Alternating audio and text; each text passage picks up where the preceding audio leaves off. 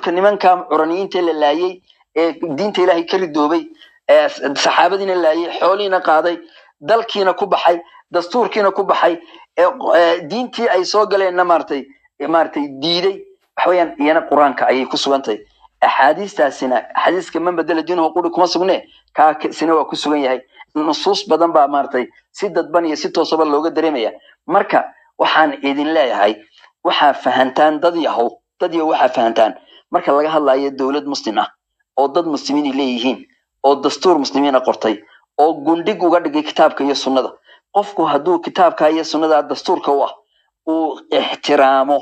oo uu islaamnimadiisa ku joogo haduu doono munaafiq ba ahaade nabiga sallallahu alayhi wasallam dad munaafiqiin oo gaala ah oo ilaahay quraanka ku caayay oo kufri caloolaad qaba ayaan loo ogolayn in la dilo oo aan loo ogolayn dalka in laga saaro oo loo ogolayn maalkooda in la taabto oo loo ogolayn ubadkooda in la taabto laakiin gaaladaas iyagu munaafiqiinta ahi weligood may iclaansan inay xukunka Ilaahay iyo xukunka rasuulka iyo xukunka quraanka iyo xukunka dastuurka muslimiintu ay leeyihiin inay ku baxeen weligood ma may cadaysan sida daraadeed baa qofka munaafiqa isagoo gaal ah bal mararka qaarkood quraanka lagu soo dajiyay inay nabiga aflagaadeeyeen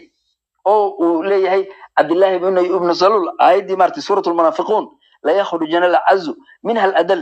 ولله العزة ولرسوله وللمؤمن ولكن المنافقين لا يعلمون لما الدلين لأن مر والبوح لها مسلم بان هاي مر والبمسلمان هاي لذلك مركو الكيس سرتاغي او يدك عزق لوا نبي محمد مارتي قلي ميسد او شهاتي او دانو مارتي ارنتينا او ضفري إلهي مارتي هبا فضيحديه انت سو جيرو إلهي قرآنك وكو فضيحديه با ما دام انا اسلام نمدي ديدنين oo nabiga ay u dhaaranayaan oo u cudur daaranayaan qul billahi wa rasuulihi wa ayatihi kuntum tastahzi'un qad kafartum ba'da iimanikum yadoo la yiri ba maadaama ay la ilaaha illa allah muhammadur rasuulullah leeyihiin saxaabadu markay yiraahdaan nimankan munaafiqiinta oo mushrikiinta soo hogaaminaya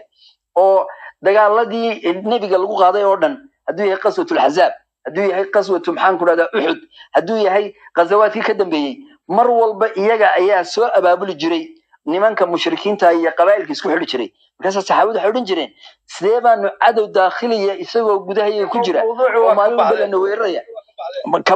kama bixin ayagoo la weeraraya sidee baa maxaan ku radaa aanu ku deynina markaas nabigu wuxuu lahaa waxa laga hadlayaa nin murtadi wax meelay leeyahay kiin baan ka hadlayaa marka murtadku haduu munaafiq yahay aan cadaysan xagan kaga baxay mawduuca maada iga saari kara wariya igama saari kartid waan igama saari kartid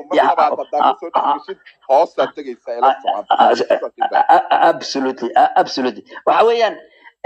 nimanka munaafiqiinta ah saxaabadu waxay yiraahdeen ya rasuulallah maxaan ku dhamartay da'na nadrib unuqahum aan laynin nooda markaas nabigu wuxuu lahaa sallallahu alayhi wasallam aturiduna ma waxad yani islaamku sumcad buu leeyahay sumcadda islaamka qofka muslimku waa inuu ilaaliyaa macnaha wuxuu leeyahay gaalka ayada uu islaamka u keenayo ayaan loo ogolayn markaas nabigu wuxuu leeyahay aturiduna ma waxa doonaysaan an yatahadatha an-nasu inay dadku ku sheekaystaan anna muhammadan yaqtulu ashaaba nabi muhammad wuxuu dilayaa asxaabtiisa inta qofku uu leeyahay la ilaha illa allah martay gaal ba noqdo martay uur ku gaal qabe waxa weeyaan ma banaana in dadka muslimiinta la dilo waa sababta maanta aanu shabaabku uga soo horjeedo oo shabaabku ayaga oo martay doonaya in ay yiraahdaan dadkan aanu dilayna waa gaalo waa munaafiqiin bay iska daakay mad munaafiqo martay aanay ogeyn ay muslimiintii siyaasadda isku qabteen ee muslimiinta ah ee misaajka ku jiray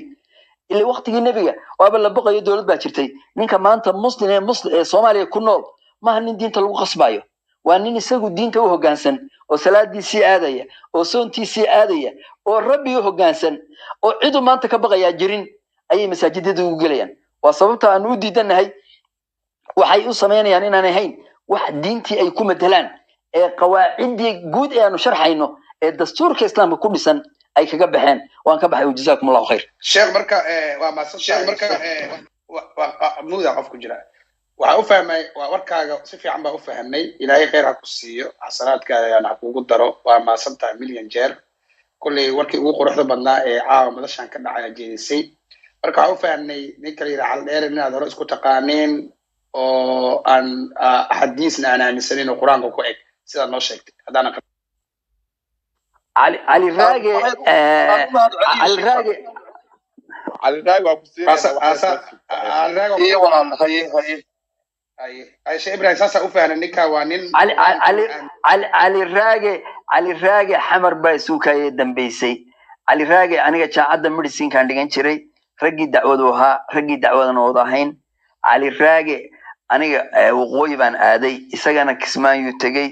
doon buu raacay isaga rag Nairobi buu tagay Puntland buu yimi Puntlandna waa isku aragnay mar dambe oo aan shirkad maartay weyn aan maartay ka shaqeyn jiray hadda isagu ima xasuusto waa ragii dacwada maxaan ku dhadaa علي الراقي taariikh ahaan markan maxaan ku dhadaa anu goobjoog ma ahayn laakiin ragiisii waxyaabaha isku qabteen waxa kamid ah fankixu ma daaba lakum mathna wa thulatha wa ruba' ilaahay markuu yiri guursada ragga hadaa tiin laba iyo saddex iyo afarba fa in khiftum alla ta'dilu fawahida masaa'il waxa jira daciifa oo quraanka maartay afarta dumara la isku tirinayo fankixu ma daaba lakum mathna laba iyo wa thulatha saddex isugu waa shan wa ruba' afar ugu sagaal in sagaal dumari qofku guursan karo dhaqankii nabiguna inuu sagaal guursaday rag baa halkaa intay iswaafajiyeen baa waxay qabaan qof kastoo muslina oo nabiguna uu ku jiro inuu sagaal dumar guursan karo masaa'ilkaas bay culimada isku qabteen waana mas'alo daciifa oo aan mustanid isaga loo maartay yani cid maartay mufassiriinta iyo muhaddithiinta iyo ahlu sunna wal jamaa cid yani hi authority cilmi leh oo ugu horeysay aan jirin waa warkay soo gaaray علي الراقي kadibna markii uu Nairobi iyo maartay East Africa gaaray ragii xadiiska diiday ayuu ka mid noqday doodo uu qabtay oo xadiista qaar waqtiyada fog ilaa xadiista lama diidi karo oo qofku hadduu xadiiska diido waxa weeyaan shariicadii oo dhan buu diiday oo hadda marka laga hadlayo Ilaahay Quraanka waxa ku taala aqiimu salaah laakiin kuma taala laba ragcadood tukada afar duhur tukada afar casr tukada saddex maqrib tukada afar shay kuma taalo nabiga ayaa fasiray oo axaadiista saxiixaynka sunankii maajidii masaanida baa sharaxday oo salaad lama tukan karo dilaa quraan baa la qaadanaya wakadalika marka leeyahay alladina amanu kutiba alaykum siyamu kama kutiba ala alladina min qablikum la'allakum tattaqun lama soomi karo xilliga soonto ay bilaabmayso xilliga dhamaanayso iyo waxyaabaha muftiraadka iyo waxyaabaha makruuhaadka iyo waxyaabaha soonta aan loo ogolan iyo waxa loo ogol yahay macnaha nabiga ayaa maxaan ku dhadaa maartay axaadiista oo dhan ku sharxay hadii la yiraahdo quraanka oo quraya la qaadanaya zakawaadka in arigu 40 ku zakoobo maartay 120 walibana hadhow maartay neef kordhayo maartay wixii roobku waraabiyay maartay tan cushur laga qaadayo wixii qofku xoogiisa uu ku soo saaray in khumus laga qaadayo maxaan ku dhadaa maartay waxa soo dhan haday maartay sakadi tahay xoolaha haday dahabkii tahay haday macna nabiga ayaa noo sharxay sallallahu alayhi wasallam sakadi xajki waa lamid nabigu bilaa xajku xajay goormo xajka bilaabay in maxaan ku dhadaa maartay ama tamattu ama ifraad ama qiraan lagu xajaayo maalinta sideedaad la bilaabayo inta ka horeysana qofku umraysan karo isagoo xalaaloobaya nabigu inuu khudu ani manasikukum macna meeluhu tagay oo dhan عرفين لا تجيه مستلفين يمنا إيو محن كذا كعبة إيو مح حج كبرينايا محن برينين وحصلنا نبي يسون دي سبع نوع دي أركان الإيمان أركان الإسلام وح أخلاق إسلام ليه هي وح يعني حدود مرتي آيات كسعامة وح حدود وصار نتبيه بين بوينت كهوسة وح حدود شرحية هي حركة عقابة إسلامك وحوي إسلامك وح جناس هي النلل aan la wadaagna adduunka oo dhan waxa sharxaya waa xadiista ee aayaadka maartay mudlaqa ama mujmalka soo arooray galagala ka saaraya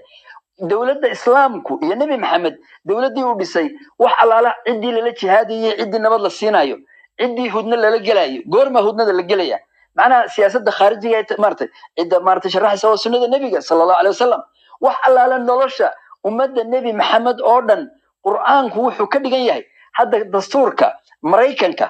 وهذا الكوبان أو founding fathers أي أساسين لكن وحلي principle good سيدا قرآنك principle good سيدا حديثة لكن أصلا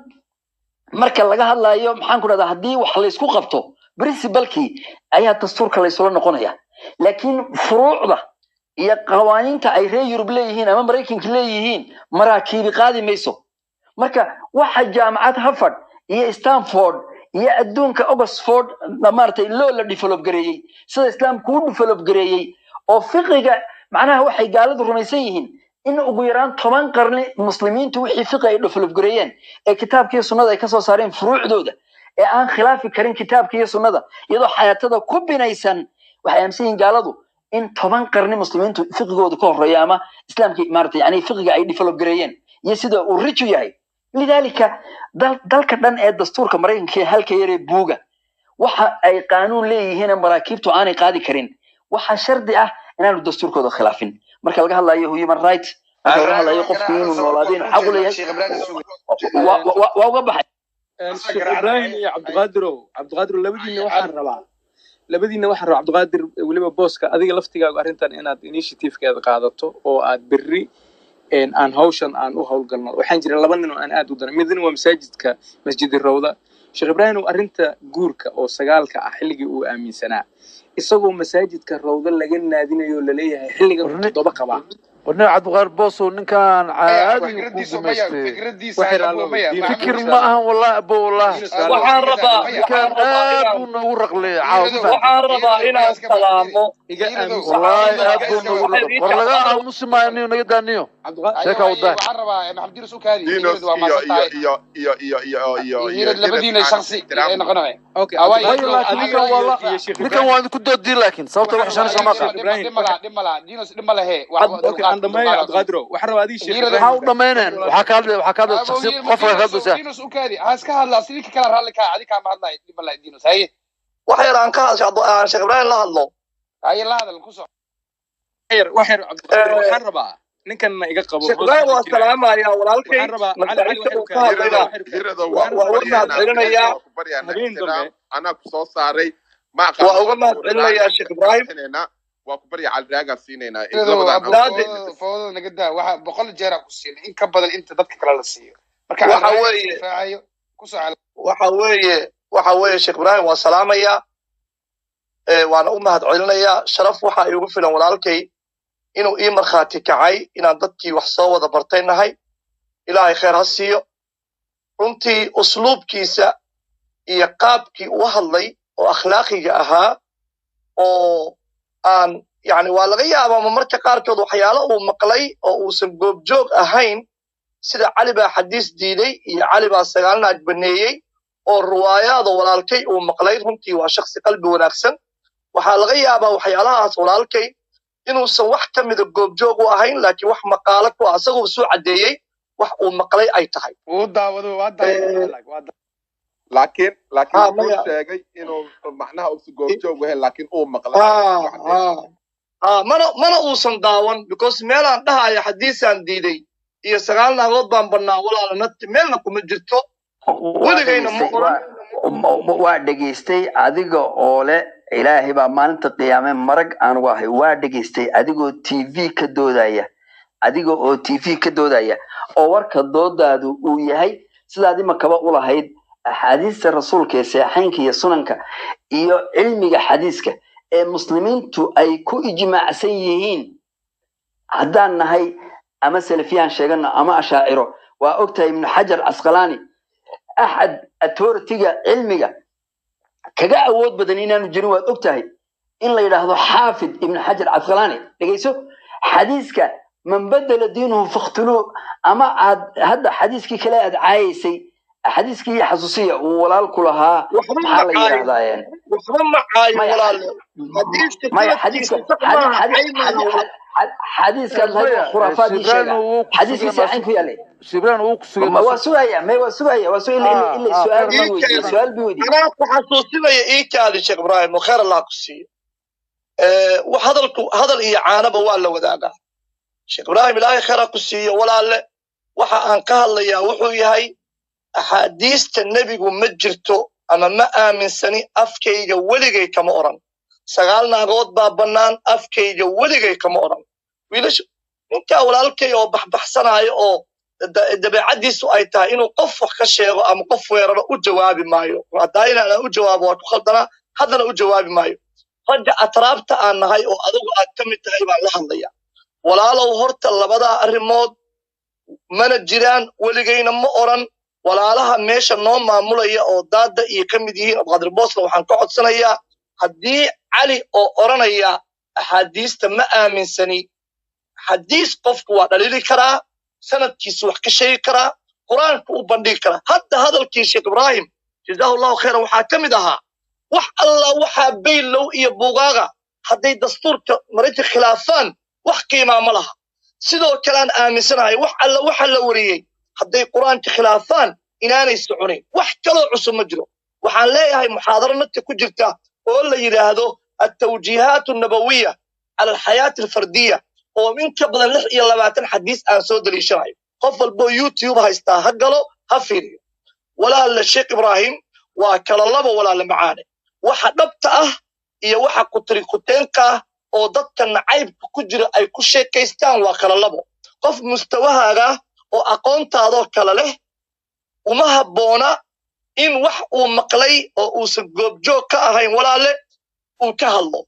TV-ga aad ka hadlayso dalsan TV buu ahaa cabdiqaadir nadaara i waraysanayay si cad baa waxaan u leeyahay axaadiista nebiga waan aaminsanahay laakiin annagu waxaan wadaadada walaalahaya ah kaga duwannahay xadiiska waxaa shardi noo ah inuu naska qur'aanka waafaqo xadiisku inuusan wax aan qur'aanku la imaan nabi maxamed litubayina linnaasi maa nuzila wixii soo degay buu sharxayay waxaan qur'aanba ku soo degin nabigu inuusan tashriicinayn xadiista noocaasana ay been abuur tahay baan ka hadlayay marna as-sunna nabawiya meel aan ku rafdiyey aan ku diiday ma jirto axaadiista bukhaari ku jirta waad ogtahay imaamu dahabi xadiista qaarkood inuu yidhi لولا هيبة الجامع الصحيح لجعلته في الموضوعات هدانا ضدك مسلمين تا حديث كان مضعي في الموضوع بأوران لها هدانا هيبة البخاري وكل يا مسلمين تا أنا قيمين حديث بخاري كجرت إن العلماء الضعيفين والأبتاع مسألة معها رفض السنة بأكملها ولا لمعان قلبي قاعد إيفر نيد هذا الدجي ضدك نعيب كجر هذا الكوضنا الراعي شخصي أكاديميك أو أضاك لأتاه baan jeclahay inaan mas'aladan kala hadlo walaalow xadiiskii man badala diinahu oo aan radiyey waxaad ku kabtay oo aad ku soo xoojisay xadiiskii xiraabada may maqlaysaan walaalayaal nimankii daltabyadu ku dhacday oo caanaha geela iyo kaadida geela la isugu daray oo la daaweeyey oo riwaayaadku ay sheegayaan markii dambeetana nimankaasu codkaygaa gogo'aya miya walaalle markii dambe nimankaasu ay raggiina laayeen geeliina qaadeen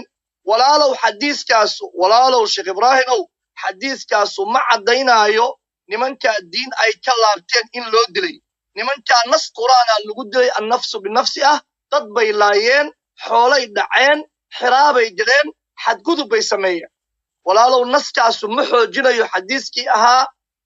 man badala diinahu faqtuluuh waa mulaaxado si walaaltinima aan kuugu biirinayo waxaan jeclahay dooddu inay xaqdoon iyo jacayl ku salaysnaato oo marna aysan mindi ku taag noqonin midda labaad cabdulqaadir iyo dadka meesha maamulaya walaalayaalow qofka bini aadankaa wuxuu ku fiican yahay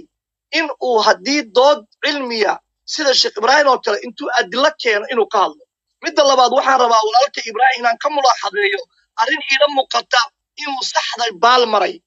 siday ila tahay waa dhici ka dhaa walaalkay inuu iga saxsan yahay oo anigu aan khaldanahay mar walba waxaan ogolahay qofka walaalkaya inaan u banneeyo arrintaa waxay tahay qur'aanka inuu dastuur yahay dastuur iyo qur'aan shaqo iskuma laha dastuurka marka la qeexayo waxaa lagu qeexaa heshiis bulsho qur'aanku heshiis bulsho maaha waa shay munazalah oo alla soo dejiyey dadku shayga munazalka oo alla soo dejiyey ixtiraamkiisa diinigaabay siiyaan laakiin dastuur baa la degsadaa dadku waa is aamini waayeen 4.5 bay samaysteen xeerar bay qorteen sharciyay qorteen madaxweynaha intuu haynayo golaha wasiirada waxbaa la kala qortay waxaasu qur'aan iyo diin shaqo kuma laha qur'aankuna dastuur maaha qur'aanku waxa weeye waa shariica islaamiya waa kitaab ilaahi ah ودين قرآن مدة الله بعد دبعتها المسلمين تهاي ستة شيخ إبراهيم أو واحد تاي ولا لها كلام عنو شيء واحد تاي مركز الدين اللي يرهدو waxay wadaadadu isku qaadaan kitaabka iyo sunnaha iyo ijmaaca iyo qiyaaska dhibaatada imaanaysa waxay tahay kitaabka halka noo dhig sunnihi maaha quraanka oo kale waxay leedahay mid saxiixa iyo mid daciifa mid suufiyadu diiday mid salafiyadu diiday anuu suufina maahi salafina maahi waxaan ku taaganahay huwa samaakumul muslimiin qof muslim ah oo sidoo nabi maxamed dunidan markuu ka tagay uga tagay ayadoo salafi iyo suufi iyo sunni iyo shuuc min jirin muslim kaasaan ahay abtir kale iyo intimaa kale malihi فرقنا kuma jiro waxaan aaminsanahay Allah inuu ka digay in alladina farqu diinahum wa kanu shi'an lasta minhum fi shay qofku magacaan muslim ahayn inuu intimaa u sameeyo ilama toosna Sheikh Ibrahim oo dastuurka iyo quraanku shaqaysto malaha sida anigu aan qabo waana qaldanaan kara xayra dastuurku waa shay wax laga bedeli karo laakiin la mubaddil li kalimaat Allah hadalka ala lama bedelo sidiisu ahaanaya qodobka walaal uu sheegay labaad faqrada saddexaad waxay oranaysaa dastuurka Soomaaliya qaanuun walba oo ku soo baxa waxa shardi ah inuu sa khilaafin shariicada islaam meesha dhibaatadu ka taagan tahay waxay tahay marka shariicada laga hadli maayo personal ba laga hadlaya qof Soomaaliya ayaa islaamnimadii ka baxay masiixiyadu qaatay masiixiyada iyo islaamnimadu waa laba diyaano oo caalamka ka jira qofkaasi dastuurka wax dhibaato kuma samayn canshuurtii ma diidin askarinimo ma diidin qarankii ma diidin waxa uu sameeyay oo kaliya waa inuu choice samaystay oo yiri diimahan anigu diintaan qaatay dastuurkeennii halis kuma aha baarlamaankeenii halis kuma aha madaxweynihii halis kuma aha cid u dhibaato u geystay male arrinta ku saabsan عيدة إيه الدين عيجة إيه إله عيجة إيه ومسألة أخلاقية أو دولة دو أي جوان كلا يضحي ومسألة قرآن وتلمامي إن يخلدن تهاي إن عندك الديمه هذا العاين حتى مسلم كأنلاب بنين إنه دك الديمه هذا عايو مركز تاسو أرن أخلاقي وأدون كذا بممنوع كا إن دك مقدسات هذا العايو دك الديمه عايلة ودد نعيب وكبوحه أو نعيب كاس وككينا يو in wax aan adduun aakhira minadan ugu jirin ay sameeyaan oo ay diimaha caayaan qofku inuu nas xadiis ah radiyo oo uu dhoo saxiix ma aha quraanka lama waafaqsana waa shay furan oo cid diidi karta aysan jirin maxaa yeelay xadiisku waa marwi waa dhanniyu dalaala walaalka Ibrahim uu garanaya shayga munazzalka waa qat'iyu dalaala shayga marwigana waa dhanniyu dalaala afsoomaali haddaan ka dhigo quraanku waa wax la huba ah sunnaduna waa wax la maleeyo ah maxaa yeelay sunnadu waxay soo martay bacda rasuulillah dad aan macsuum ahayn laakiin quraanku wuxuu ku yimaadaa nazala bihi ruuxul amiin ala qalbika litakuna min almunzirin allah sheega malag baa soo qaada qalbiga nabiga lagu shubaa cancana waxa lagu magacaabo ama Soomaali ku tiri kuteen ama gacmo bini aadan sooma maro dadaan macsuum ahayn gacantooda marti uma noqdo quraanku waa sababta aad u arki weyday qul walla waa daciif in acdayna waa la isku haystaa lama dhaho quraanka kulligiis waa qat'i laakiin sunnada waxa keenay imaam muslim imaam bukhari inay ahadiista isku khilaafaan ayagoo arday iyo macalinkiisa imaam daarimi oo sunan daarimi iskale oo sheekhi bukhari ah inuu ahadiista qaar bukhari uu yiraahdo sax maaha waxa keenay ahadiistaani qat'i maahe walaalaha iyo aan macsuum ahayn ayaa iska soo warwariyay walidaalka walaalka Ibrahim waxa xasuusinaya xadiiskii imaam muslim oo nabiga laga wariyay oo rasuulka loo tiiriyay inuu yiri la taktubu anni shay'an ghayra alquran ya la yaqrin waxaan quraan ahayn waman katabahu falyamhu ninkii qorayna ha tirtiro waxaan xasuusinayaa xadiiskii Abu Hurayra uu leeyahay istaadanna rasuulullah بكتابة الحديث فلم يأذن لنا نبي إذا صني إن حديث قرنه نوم إدمن ولا دض وحي دهان حديث قرستي سوحا الله جلاله بعد النبي صابت له وحي أهي مركي هو وحا لغبقاي إن قرآن تي حديث اسكو خلدمان أرن تاسي وأرن آذو قصل بضان وايو quraanku shay mucjiz ah oo kalaamullaahi hadduu yahay xadiiska oo kalaam makhluuq ah oo nebiga hadalkiisa kuma qaldami karo xadiiska quraanka fasaaxadiisa iyo awoodiisa waa garanaysa iskuma khaldami karaan marka arrintu sidaa ma ahayn waxay ahayd muslimiinta in la tuso nabi maxamed maxaa loo waxyooday oo alla uu yiri wa uuxiya ilayya nabiga waxaa tiraahdaa dadka wa uuxiya ilayya hada alqur'aan waxaa la ii waxyooday qur'aankan ma jirto meel nabiga xadiistiisu inay waxyi tahay qur'aanka uu ku tilmaamayo waxay wadaadadu ka soo qaataan aayadda oranaysa wamaa yantiqu cani ilhawa in huwa ilaa waxyun yuuxa nabigu wax alla wuxuu ku hadla waa waxyi bay u fasiraan laakiin aayadda imaamu tabari sheekh almufassiriin sidaa ma dhahayo wuxuu leeyahay wamaa yantiqu can ilhawa macnaheedu wuxuu yahay wamaa yantiqu alqur'aana can hawaahu war markuu qur'aan idiin sheegayo hadalkii maxamed ma aha sala allahu caleyh wasalam kala barta hadalka maxamed oo aan waxyi ahayn oo laga yaabo xataa sometimes nabigu inuu qaldamo waayo waa tuu badan saxaabada meel qaldan dejiyey oo lagu yidhi yaa rasuul allah awaxyun awxaahu allahu ilayk meesha aana dejisay ma waxyi baa qur'aana mase adiga maxameda uu yidhi aniga maxamedaa idin dejiyey oo saxaabigu uu ku yidhi rasuulka alloo meel la dega maaha meeshaan waa yool oo nebigu qaatay waa tuu reer madiina ku yidhi timirta aad ku garaacaysaan joojiya oo dalagii timirta la waayey oo nebigu ka laabtay oo uu yidhi antum aclamu biumuuri dunyaakum waa tii nebigu ka jeestay ninka miskiinka oo lagu yidhi cabasa watawalla waa tuu nimanka jihaadka diiday idmay oo lagu yidhi cafallahu canka lima adinta lahum waa tuu wax alla xalaaleeyey xarrimay oo lagu yidhi lima tuxarimu ma axala allahu lak nebigu waa qaldamayey shayga aan qaldamin waa kalaamullah faajirhu xataa yasmaca kalaam allah oo qur'aanka wixii qur'aanka ka soo haray waxyi maaha waa riwaayaad la wariyey oo saxna noqon kara khaladna noqon kara walaalka ibraahim sheekh ibraahim waxaa la wadaagayaa walaalle waxa la isku diidan yahay xadiisku ma jira maaha ee xadiisku waxyi maaha weeye xadiisku waxyi maaha wadaadadu waxay qabaan walaalahay ah shalayna aanu wada baranaynay maantana anigu aan iska ka tanaasulay oo aan ka noqday waa inay jiraan alwaxyaan laba waxyi waxaan aaminsanahay hal waxyi baa jira oo qur'aanka ah sunnaduna waxyi maaha cabdiqaadirow haddaan ku dheeraaday waa i istaajin kartaa kulligin ixtiraam baa idin hayaa waa i istaajin kartaa waa i qaban kartaa qofkii rabaa iga soo dhexgeli karaa waxa aan diidayaa keliya cabdiqaadirow waxa weeye qof bini aadan ah oo walaalkay ah oo aan diin iyo caqli iyo aqoon iyo akademi sida sheekh ibraahim oo kale aan ku hadlaynin laakiin wax been abuur ah oo xataa hadday jiraan wax aan meesha oolin ah waa character assassination hebel baasaana diinos ilaahay baa cayday cali oo 7 naad baa zayd baa laga naadinayay waxaasi wax jira ma aha qofku haddaanu xushoonayn ilaahayna uusan ka baqayn qabri iyo qiyaamana uusan rumaysnayn wuxuu doono isaga hadlaa cali haddaad doonaysaan waa caliga hadda idinla hadlaya oo leh laba waxyi ma jiraan hal waxyi baa jira waa mahadsan koordinaada hore wax ka mid ah inaan horta hal mar aan wada dhageysano kadibna aan su'aal kaa weydiin Sheikh Ibrahim waxay dhigan hal noqon qaarkood sheegayaan waxa ka mid ah in aad quraankii iyo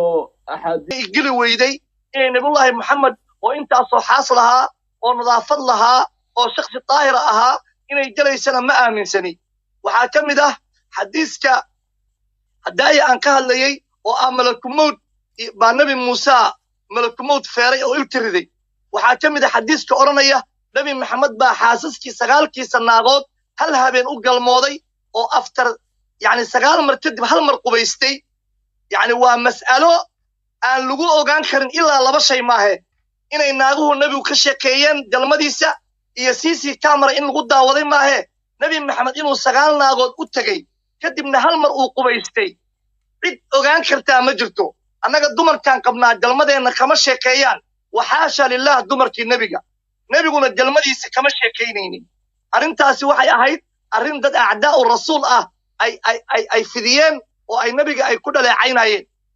waxaa ka mid ah xadiiska odhanaya yani waxa weeye qofka bini aadamka haddii uu guur soo maray oo uu galmo galo dhagax baa lagu dilayaa xadiiska waxaa garanaysaan xadiiska maymuun mahraan oo uu leeyahay annagoo saxaaba ah bukhaari buu ku yaallaa annagoo saxaaba ah ayaanu waxaan aragnay daanyeero rajminaya daanyeerad sinaysatay daanyeerad dhilaysatay oo cheating samaysay bay dhagax ku dilaayeen annaguna waa la dilnay oo xukunka rajmiga yani waxa weeye waa xukun kitaabka alla ka soo horjeeda oo aayadda quraanka azzaaniyatu wazzaani ma kala saarayso nin guur soo maray iyo niman guur soo marin qofka galmada sameeya xaaraanta publican ku sameeya afarta markhaatina ay aragto qofka jeedal buu leeyahay qofka galma sameeyay dil laguma abaalmarin karo galmadu way ka hoosaysaa dilka ilaahay waa xakiim qofkan wuxuu sameeyay waa galmo labadii galmada samaysay waa nooshahay waxa ilaahay xakiimka u soo dejiyay waa in la xanjafiyo oo edabdaradooda laga abaalmariyo maaha in dil lagu sameeyo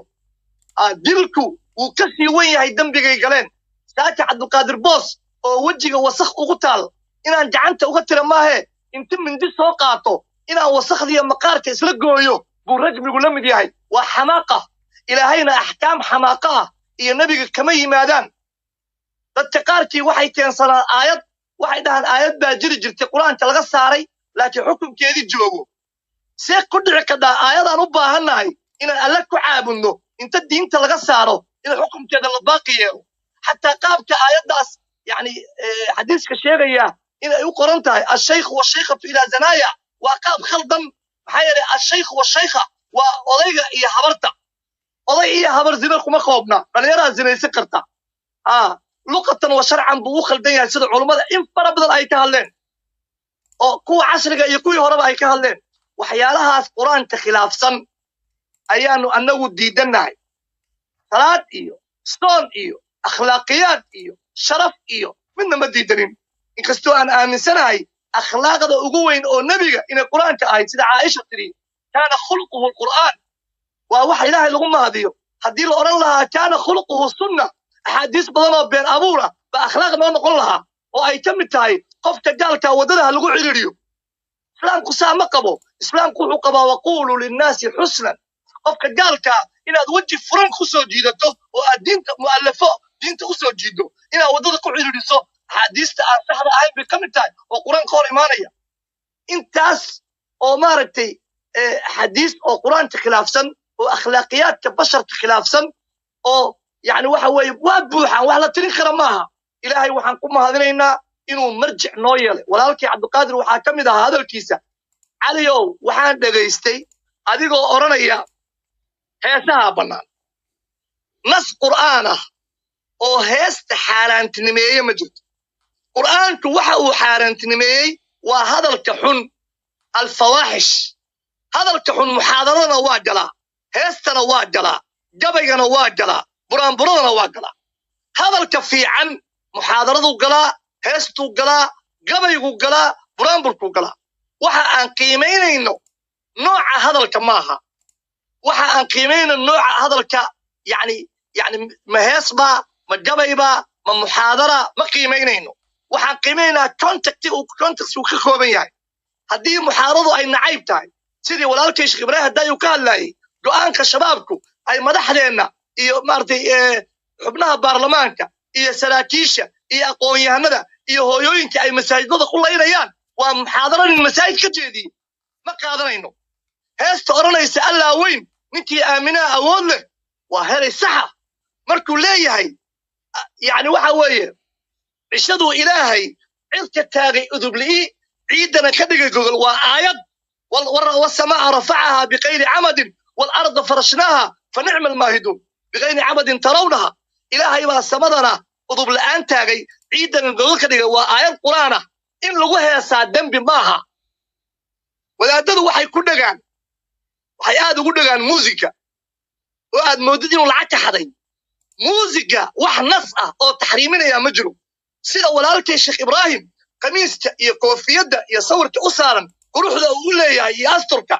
أيام موسيقى وحوها إريادا أساميا muusigu waa hooyaalaydii oo laga dhigay sharqan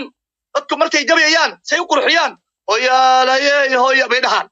laakiin maanta waxaa lagu qurxiyaa waa muusig waxay wadaadadu wariyaan nebigu markuu madiine yimid daf in la garaacayo daf ama durbaan durbaantii ayaa wuxuu noqday progress iyo development buu gaaray waa horumaray wuxuu noqday gitaar wuxuu noqday piano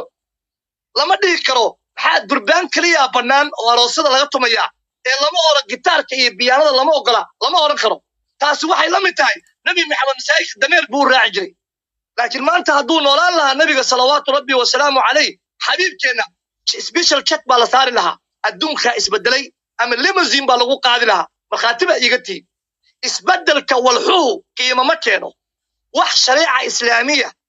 oo diidaya heestu hadday tahay hees akhlaaqda ku xun oo cay ah waxay la mid tahay muxaadada akhlaaqda ku xun oo nacaybka iyo aflagaadada iyo jaalaysiinta bay la mid tahay waxba kuma kala duwana waxaa laga hadlayaa wadaadadu waxay daliishadaan aayaddii qur-aanka ahayd oo oranaysay wa min annaasi man yashtari lahwa alxadiisi liyudilla can sabiili illah markaasay waxay dhahaan lahwa alxadiisi waa heesta waxaa moodaa arrintaas inay tahay ta'wiil sababtoo meesha heesta af carabiga waa naqaanaa ginaa baa la dhahaa darb baa la dhahaa magacyay leedahay lahwa alxadiisi waa sheekada maalaayacniga ah hees aan maalaayacni ahayn inay jirto idinkaa markhaati iga muxaadaro maalaayacni ah oo nacayb ah oo xumaan ah oo muslim kala geyn ah oo isjaalaysiin ah inay jirtana markhaati baa iga tii shayga maalaayacniga waa wada necabna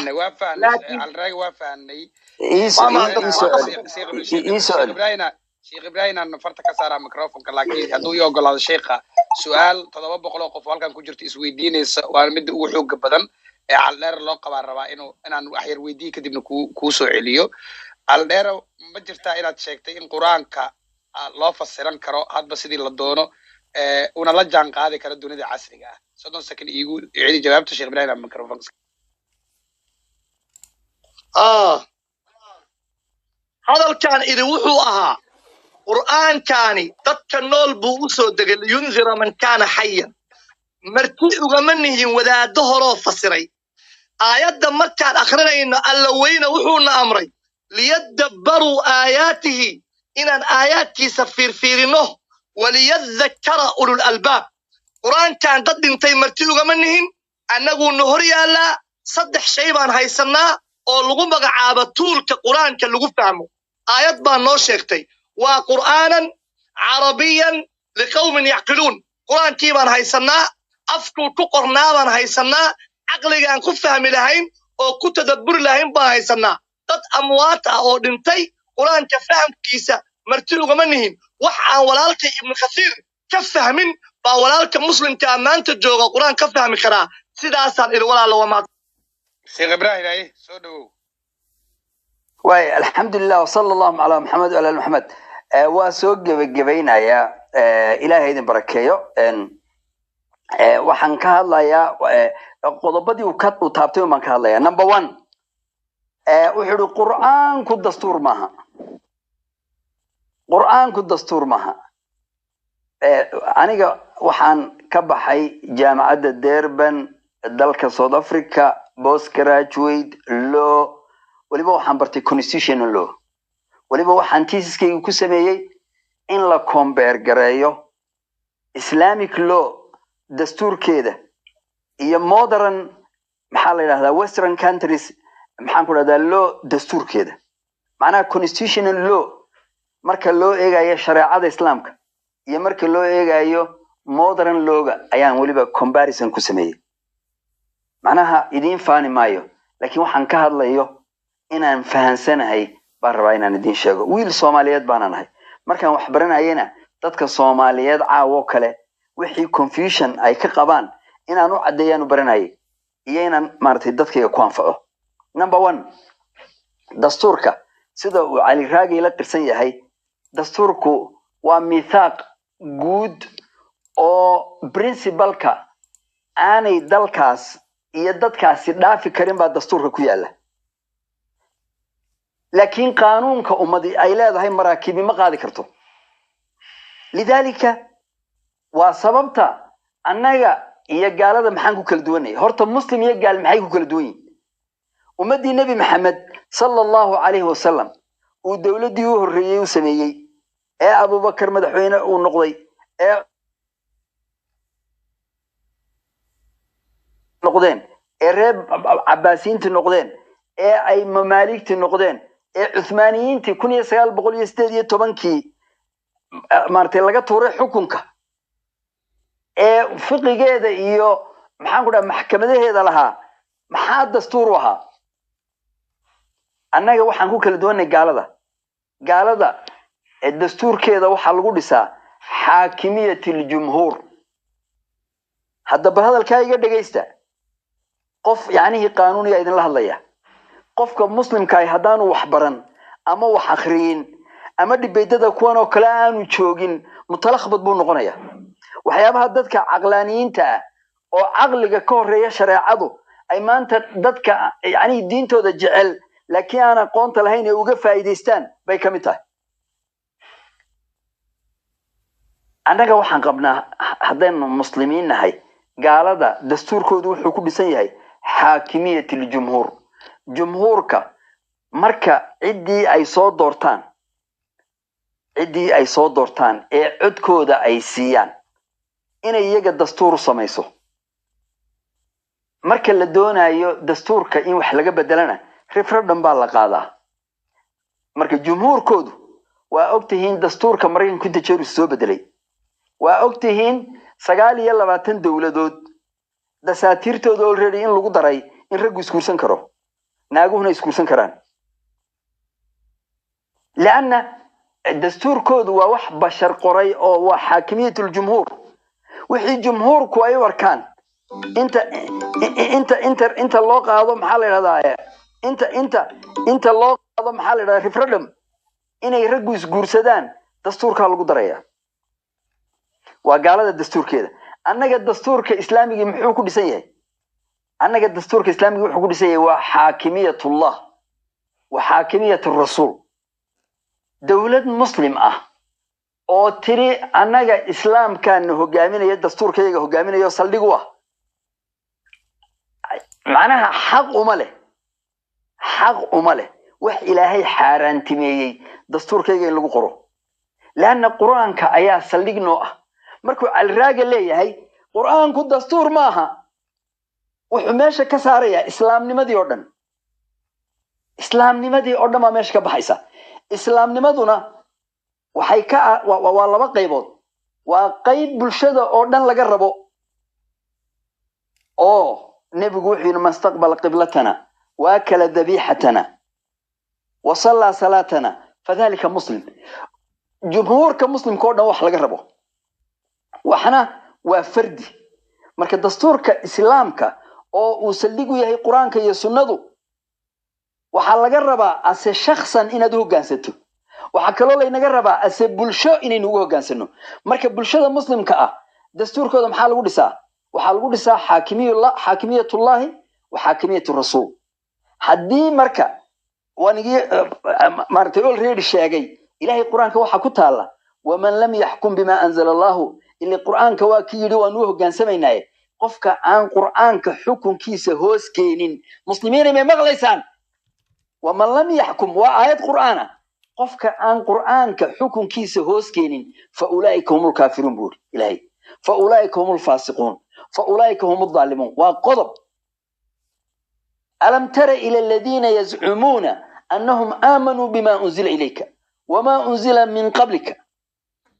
يريدون أن يتحاكموا إلى الطاغوت وقد أمروا أن يكفروا به ويريد الشيطان أن يضلهم ضلالا بعيدا آياتنا إلهي وحير وقضى في كواد الدستور كان كبحياه إذن كل دارين ما يه كورن بالي النبي محمد هو مسلمين تكمدا الشيغانايا إن يديك كرميين أو قرآن كرميين وإلهي رميين حدنا يريدون وحيدونيا أن يتحاكموا إلى الطاغوت وحي إلهي حكم كيسان هين الضاقوت كا إنه يحكم كتوان وقد أمروا أن يكفروا به وحان الله أمر الإسلام نمضوا بطهي إنه الضاقوت كي حكم كيسا كقالوبان وحكم كإلهي حكم كالرسول كا أي قوانين تودا يد ساتير تودا أي صلقوا قدقان وقد أمروا ويريد الشيطان شيطان كنا وحدونيا إن دستور كقالدا الجمهور أي حكمان هدين لبن نسو تغايان iyaga looga qaadayo food ayuu shaydaanku doonaya an yurid ويريد الشيطان أن يضلهم inuu lumiyaa buu doonayaa dalaalan baciida. horta waa ifahanteen cali raage waa nin fasaaxa u dhashay, laakiin fasaaxadiisu marka nas laga hadlayo iyo qur'aan meel uu u fakadaa ma jirto. number 1 horta qur'aanka iyo sunnada ayaa annaga dastuurkayaga saldhig u ah. kadib wax allaala wixii xayaatadayada khuseeya ee aan qur'aanka iyo sunnada khilaaf ahayn,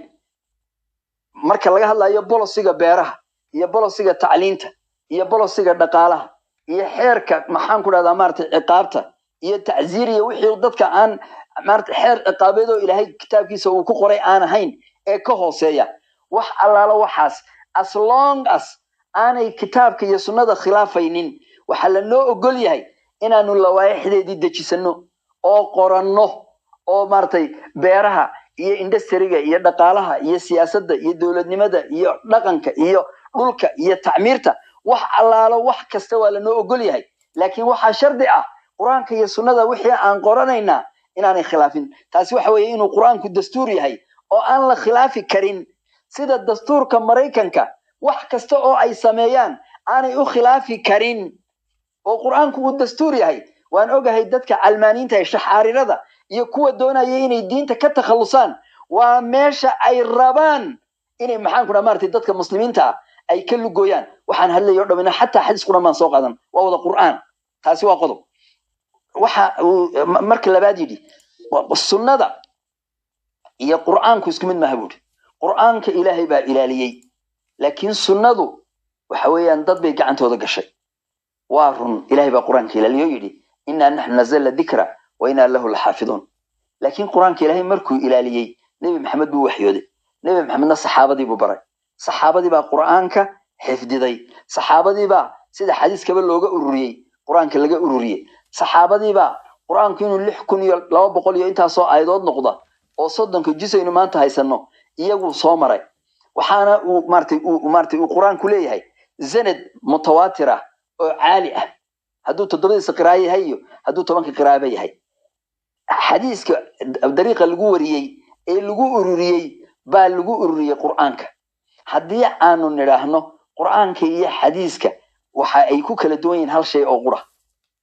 ku kala duwan yihiin. sunnada saxiixa ah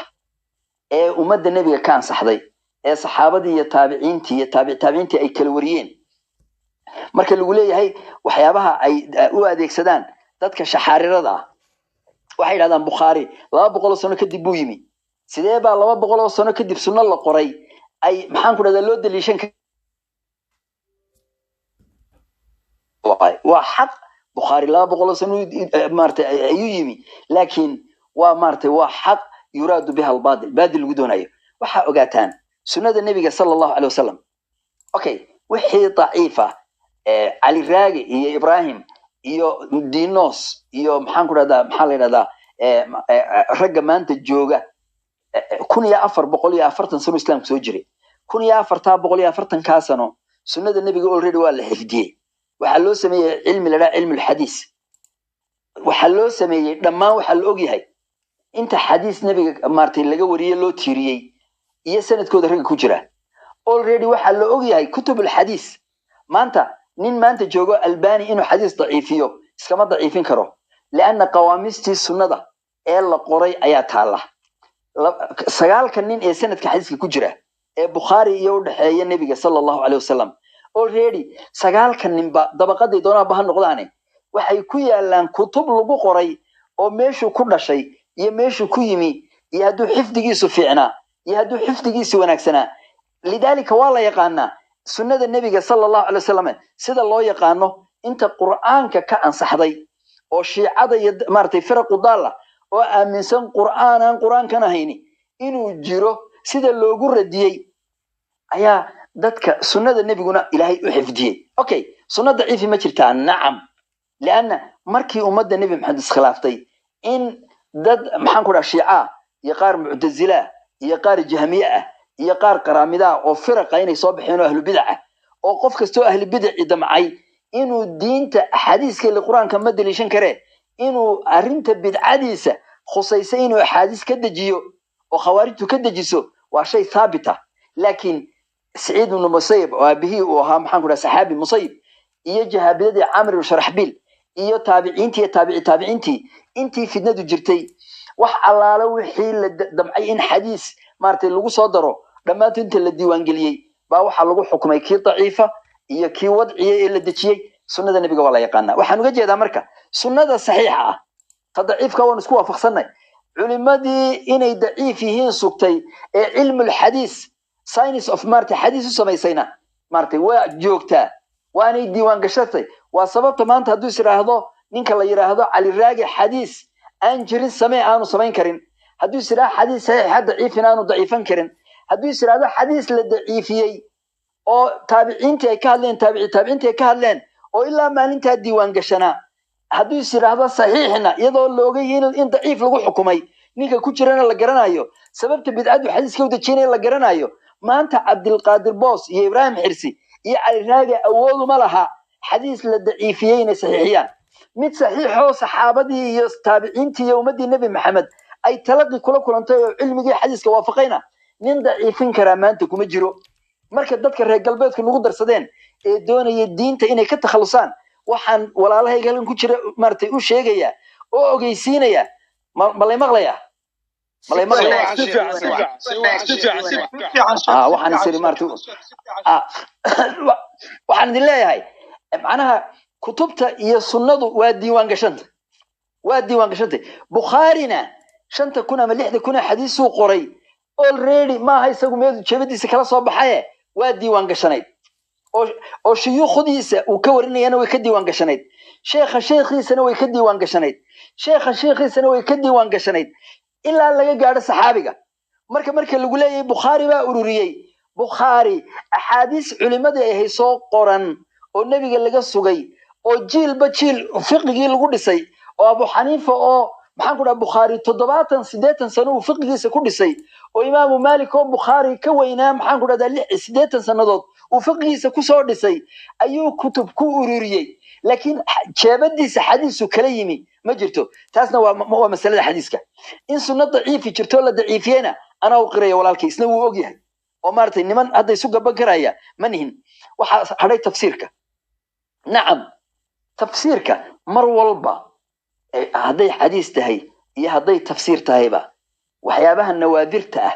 ee sanad walba imanaya qur'aanka iyo axaadiistu waxaweye masalo walba oo naadira maanta dadka muslimiinta 40% baa qurbaha ku nool nawaadirta 40% noloshooda qur'aanka iyo sunnada daliil baa looga helaya sax daliilka qur'aanka ayadu mar walba waaqaca joogtay u furan tahay laakiin in laga jawaabo oo qofka maanta UK jooga duruufta uu ku sugan yahay iyo salaada ay u dhaxayso 30 daqiiqo ee duurka iyo casarku marayso wada galayaan in maartay la daliishado ayadoo oo inna salata kanat ala almu'minina kitaban mawquta ahayd waxa ka sugan nabiga oo saxiixinkiisa ku sugan in nabigu isagoo madiina joogaba biduuni maartay madar wala khawf isagoo xanuun iyo maartay madar iyo dagaaltoona jirin inuu salaadaha jamciyeba oo ibn Abbas uu nabiga ka warinayo oo leeyahay muxuu nabigu sameeyay in quraanka waxa asala in salaada xilligeeda la tukado in salata kanat ala almu'minina kitaban mawquta ibn Abbas wuxuu yiri la yuhriju ummadiisa inaanu ihraajin lidalika quraanka iyo sunnada mar walba meel makhraj wax kasta oo yimaada lagaga baxo bal saynisku waafaqsan yahay saynisku gabadha ciidada iga raali ahaada maartay mar raba inaan dheereeyo gabadha ciidadu ninku markuu furay in 3 bilood ay ciidada maartay inay ciido qaadato gaaladu dadka muslimiinta way ku caay jireen laakiin maanta waxa la ogaaday nin Mareykana oo naag xaaskiisii qaba oo u galmooday nin kalena ay saaxiib lahayd baa 2 ilmood ay habeen wada uuraysatay waa wax waaqici oo maanta dhacay waa wax waaqici oo maxkamadda maartay la iska keenay oo researchkii culimadii loo yeeray maxaan ku dhahdaa science-ka ayaa gabadhii ukuntii maxaan ku dhahdaa ay soo deysay kala go'aysta 16 chromosome 6 chromosome baan manidii ninka oo iyana maartay half ah manida raguna way qaybsantaa وكحنت رجل ما تدور هنا ويقف سما وارين محن كذا ساينس وقفكي أنا قرنيني وبهيني دبيعه أبيه وحب عرمي متكمدة وكنتي نينكي كلنا منيسي ما دام رحم كسيت علي وحب عرمي تيكله لبا الموت بقى قبل ورقلي ولا بقى بكرة دلين لأنه دي بالقاضي نينكي مارتي أبي متبويش تيكله قبل الله يعرف دولتي FBI علماء الساينس كان سقطت مية حاجات كانت واحد ترى نين كان بان لصاحبها ninkii baa loo yeeray maadaa maaragtay gabadhan la seexday ha DNA baa laga qaaday isagii baa ilmi yeeshay macnaha qur'aanka ilaahii ina abuuray in gabadhu macnaha gabadha ukuntay soo daysaa 48 saacadood oo quray noolaan kartaa riximkeeda laakiin ninku wuxuu noolaan karaa ugu yaraan 11 beri iyo in ka badan baa xawada raggu ay ku noolaanaysaa riximka gabadha lidaalika gabadha marka ninku ka dhinto ama la furo ama shuhbaba loogu tago ama la kufsado in riximkeeda la baadho oo cidda ay tirsato 1440 sano ayaa ilaahay inaga noo sheegay iyaguna maanta sayniskii ogaadeen ilmaha ayaa dhala inuu inan yahay inuu gabar yahay labadaba aabaha dhala quraankii nas ku tahay lama fahmin ilaa hadda ka hor markii la ogaaday microscope electroniga 100 jeer weynaysa ayaa la ogaaday in chromosomka jinsiga inanto marba hooyadu ay 23 egas ay wado aabuhuna markuu kala go'o uu egas waa yahay oo 23 egaska wato haduu diro egas inuu gabadh dhalayo haduu 23 way dirana inuu maartay egas way dhalayo ilaahay baa quraanka nagu yiri ayahsabu al-insanu an yudraka suda alam yakun nutfatan min maniyyin yumna thumma kana 'alaqatan fakhalaqa fasawa faj'ala minhu miyanu manidi oo aabuhu ejaculation ku sameeyay ee naska quraanka ku ah alla miyanu ka abuurin az-zawjayn labadaba adhakara labka iyo wa unsa 1400 sano ka hor miyanu quraanku noo sheegin waxaan uga jeedaa quraanka tafsiirkiisa sax mar walba waaqica iyo waxa imanaya baa fasiraya laakiin tafsiirkii hore ee culimada iyo qawaacidii loo sameeyayna laga maarmi maayo oo nin kasto hawa raaca ama gaal raaca ama murtad ah quraanku ma furra waxaan ku gabagabeynayaa sunnada nabiga sallallahu alayhi wasallam arinta mas'alada heesaha waa ka hadlaya waan soo socdaa mas'alada ku saabsan axaadiista uu leeyahay walaalkay uu yiri waa walaal Soomaaliyeed uu yiri maxaan ku dhahdaa maxaa la yiraahdaa nabiga maartay waxaan iska garanaynaa inaanay sugnayn horta xadiiska injirtu sheegay xadiis injir sheegay ma jiro kitaabkii sunnada kuma sugnaa laakiin waxa ku sugan nabiga sallallahu alayhi wasallam gabadh kamida maxaarimteeda sida ay culimadu yiraahdeen shuraaxdo dhan culimadu ay yiraahdeen maxaan ku rahdaa Muslim bint Milhan walaasheed oo uu qabi jiray saxaabi ansaari oo nabigu maxaan ku rahdaa maartay uu gurigeeda iyo guriga Milhanba Muslim iyo maartay labada ilma bint Milhanba nabigu guriyahooda waa aadi jiray sallallahu alayhi wasallam maxaarim baanay ahaayeen maxaarimta waqtigii maartay xilligaas sugnaana siyaabadan baa maxaarim loo noqon jiray oo maartay uu naasku kamid yahay oo kamid yahay qof maxaan ku rahdaa qof uu idin wada dhalay maxaan ku rahdaa meel aydan isgeyn marka maartay culimadu waxyaabo badan bay kaga warameen gabadhaas ama nabiga sallallahu alayhi wasallam timihiisa inay nadiifisay nabigu sallallahu alayhi wasallam ma ahayn mid fadhi ku dirra nabigu waa jihaadi jiray wuxuu ka tagi jiray Madiina wuxuu aadi jiray Rome Sham isagoo awr fuushan oo awrku ku dhididayo nabigu bashar buu ahaa si uu ilaahay malagi nooma soo dirin lidaalika nabigu waxyaabaha basharka ku banaan oo dhan baa ku banaana hadduu dumarkiisa u tagu maartay ayuu jinaabada ka qubaysan jiray hadduu kaaju kaadida ka maartay iska dhaqi jiray hadduu saxarooduba saxarada iska dhaqi jiray hadduu maxaan ku dhahdaa timuhu iska xiiri jiray cidiyuu iska guri jiray wasakhdu iska dhameyn jiray jumca kastuu qubaysan jiray dumarkiisu ka qubaysan jiray macnaha marka lagu leeyahay nabi waa injir macnaha waa arin yani daciifa oo la doonayo dadka caamada in laga dhigo inaanu nabigu sallallahu alayhi wasallam nabigu bashar buuha sallallahu alayhi wasallam lidaalika in markasta oo uu jihaado oo dhiig ka yimaado dhiigga laga dhiqi jiray oo haddii maartay nabar lagu dhufto nabarka loo dhiqi jiray oo haddii nabigu sallallahu alayhi wasallam uu dhidido inuu dhididka iska dhiqi jiray oo yani jumcada in lagu waajibiyay inuu qof waliba maartay soo qubaysto ilaa bulsha ay soo imanaysa waxyaabaha public health maanta aan ka faa'iidnay gaaladu maanta waxay isugu tageen in dad meel isugu yimi ay maxaan ku dhahdaa faraha dhaqdaan annaga moogtii shariicada public health maanta uu shariicaduna sameeyay macnaha shariicada waxa wasala hadii iid la isugu yimaado iyo hadii taraawix la isugu imanayo iyo hadii la isugu imanayo roobdoon iyo hadii la isugu imanayo maartay salaadii aday xumadoobaday iyo hadii la isugu imanayo salaadii quruxdu madoobaatay iyo hadii meel kasta oo bulshadu isugu timaado macnaha waxa maartay la waajibiyay oo shariicadu ay ina dul saartay inuu qof waliba soo qubaysto maxaa yeelay dadkani bacteria iyo virus يعني شرعي إسلام كوح نوشيجي إن مركانو بيها عبينا أنان أفوفين hadda saynisku goormuu ogaaday markii microscope-ka 1860 baa la ogaaday markii ugu horreysay qofku marka uu cabo haddii uu ku neefsado waxan in ama viruskii ama microorganismkiisa ka yimi inuu shaygii ku tuurayo annaga laakiin 1400 sano ka hor baa sharcigu noo sheegay marka laga hadlayo marka wacalaykum asalaam الكلمة أضو آدو مارسن ولو احترام هل دقيقة قال إن شاء الله بكل احترام شي احمد ابراهيم مركو صار دمي هذا كو خجير ابن شي ابراهيم نو صار دمي بالوقت لان waxay dhageysanayo 700 oo qof oo muslimiin oo muwaxidiin ninkan idan la hadlayo oo hadda calaaga xaqiiqatan waa dhaaf islaamka حتى قالدا leeyihiin xarab inaan si cilmiin u hadlo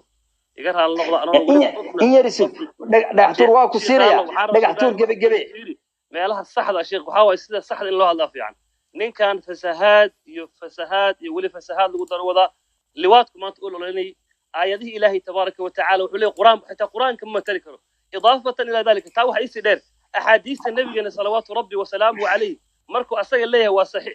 waa saxiix iyo waa daciif يا أصلا أسي أود كصحين كرو أما كضعيفين كرو حديث النبي أو سنة كيس اللي يقانو إنه قرية أو التحنيس اللي هايو إنه على ثاني إلى حديث كاسو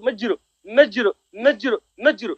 حتى ما تلعب عبد القادر بوس وكرا ما قاعد عبد القادر بوس اللي قومي كور أو كده داد دول اللي قومي أفكي يمكن أقول اللي قومي وحارب إن السئل ميسر الله الله هكى أنا مركو إلى هذا النبي حديث كان مدين وإنه كان السنة كم ماشي كضعيف فيه يعد كل رعد على ذلك أنتم صاروا إنه أنك أنا قرآن كي حديث كما كلام مارمان وهو السميهين هذا ما أنت إلى وريها فارح ولا يقان فارح لو ما يراه أفكي يقول قرية مية والحديث كالنبي مكة وضعيف وعليك بالدليل وأنا الدليل كنت لكن ضرب قول الصومالي ما أنت نحكوا آخرها هذا المالك ورئيس بحيه إلا هذا كائن عليه من بدل دينه فاقتلوه حقيقة الله كان نبي إنجيل بولها والنبي كان صلوات ربي وسلامه على إنجيلنا ملاهين لكن على وش جاية أحاديث القرآن هي واحد ماشي كيالو حكى حليحن حقيقة إن كان حتى قالك وكيف سهاد بديه هو قال هذا أو أنا الدين تقوى حودرا إن كان ملحد هو حتى إسلام نمسا الوجرة تذكر عمر إن مسلم وريني المسلم ماشي كنت شبراء هذه نفس الحاجة قف قال لا الدود يسيد مناسب ماشي كماه بصراحة هدات حتى كل الدود يسيد أقوانت الولد دود ماشي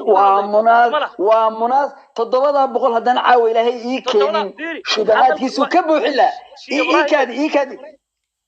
إيكادي أنا دودة ما عطسن دودة ولا لا قبتي وحاني يجوا واجبة وحنا عاو مضى إذا وش جاي أن كحرية بيجوا واجبة هبل مرتي لا مضى أنا مرتي واجب جمها وحيجوا واجبة أنا الشركة مقبن ركبة قبتي يجوا شن بقولوا قف كجرنا واوش مرتي واويمي إن أن أعد حقنا بقى أنا واجب جواه قضب كوجودن بيا وحن وقتك يا رجحتور من سينيا يحتروا حاجات دي كذا وانا لك دي كل